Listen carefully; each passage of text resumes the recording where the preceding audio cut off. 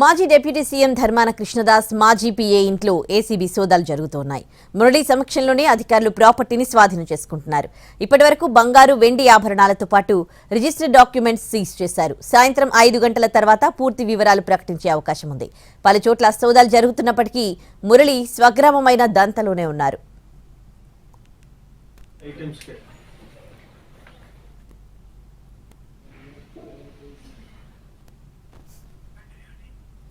శ్రీకాకుళం జిల్లా మాజీ deputy CM Dharmana Krishnadas PA Murali ఇంటిపై ఏసీబీ దాడులు చేసింది.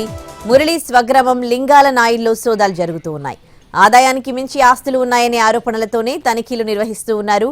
సొంతూరులో మురళి, ఆయన అన్నయ్య శ్రీధర్, తల్లి పద్మావతిని ఏసీబీ అధికారులు విచారిస్తున్నారు.